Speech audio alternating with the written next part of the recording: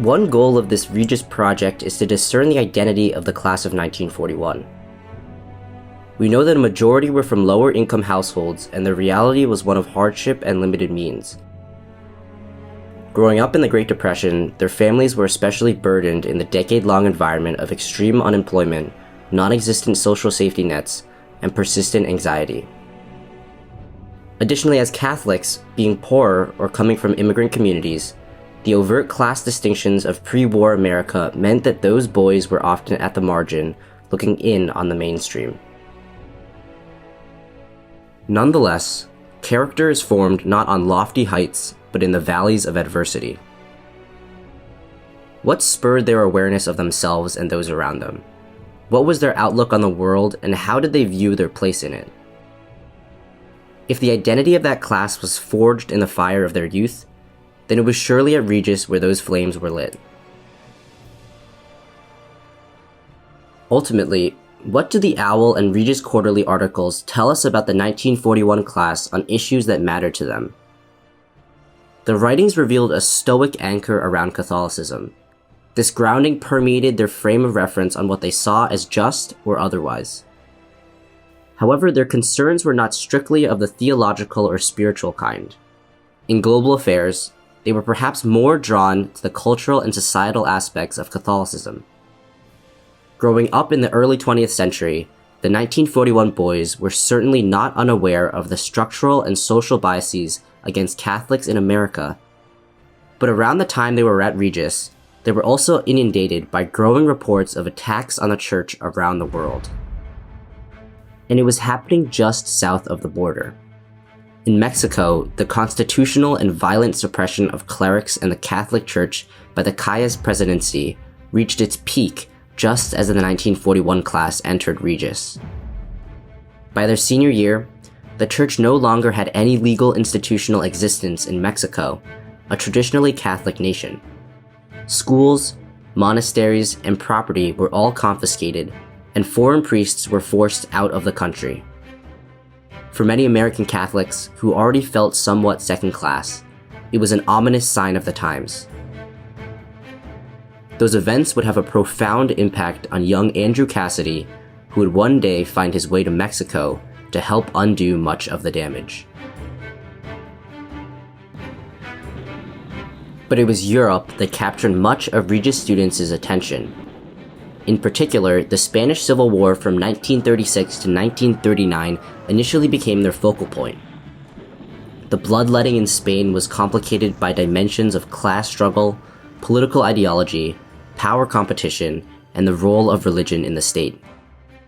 Like concurrent events in Mexico, many of the boys were originally drawn to the plight of the Catholic Church. In Spain, clerics and churches suffered horrendous suppression by elements of Popular Front Republicans that had come into power.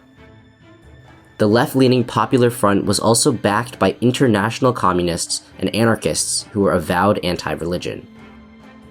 But there was also recognition by the boys of legitimate grievances against the traditional order of conservative elites and the monarchy. And when the Republicans were eventually defeated by Franco's nationalists, it also generated conflicted feelings. Essays revealed a mindfulness of bloody repercussions and the devil's bargain with Nazi Germany and fascist Italy that had provided arms and soldiers to Franco. The complexity of the Spanish Civil War required careful discernment. In those few years, it would challenge the staunchly Catholic Regis boys to consider diametrically opposed perspectives on multiple levels.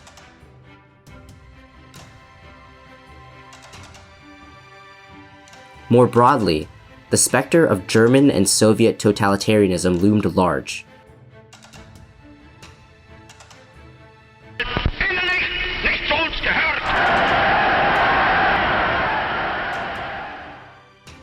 And they were unambiguously scorned by Regians.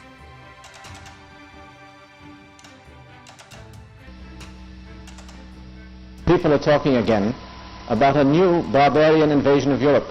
But this time there's a difference. The original Huns had always been barbarians, but the Nazis had been born in a civilized fatherland, a glorious old Germany, rich with spiritual and intellectual traditions.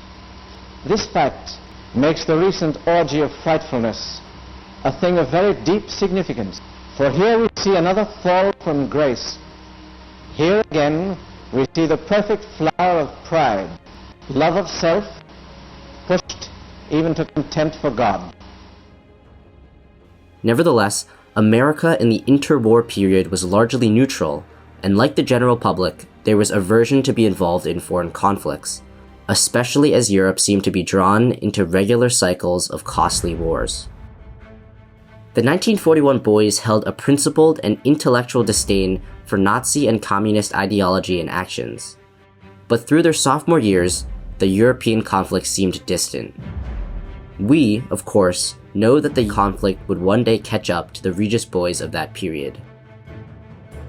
However, what's interesting and less known is that the 1941 graduates actually crossed paths with Nazi agitators and sympathizers as early as their freshman year at Regis.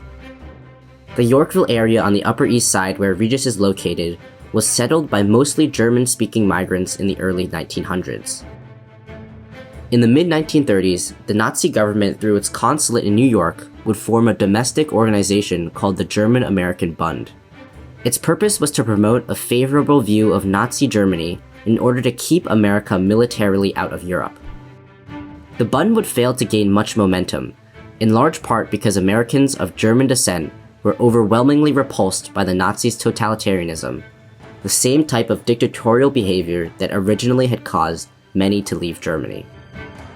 Still, at the height of the Bund's brief existence in the US, it claimed over 20,000 members. The Bund's national headquarters was located on 85th Street and 3rd Avenue, in close proximity of both Regis and the 3rd Avenue L station that many Regians used daily. Bund members would regularly organize and hand out propaganda in the area. At that time, James McGovern would note the Bund's nefarious activities taking root in New York and would call out a warning against the group's ill intentions. In October of 1939, the Bund would even hold a large parade along 86th Street, just a block away from the school. Unbeknownst then to the class of 1941, this would portend a confrontation that they would face within just a few more years.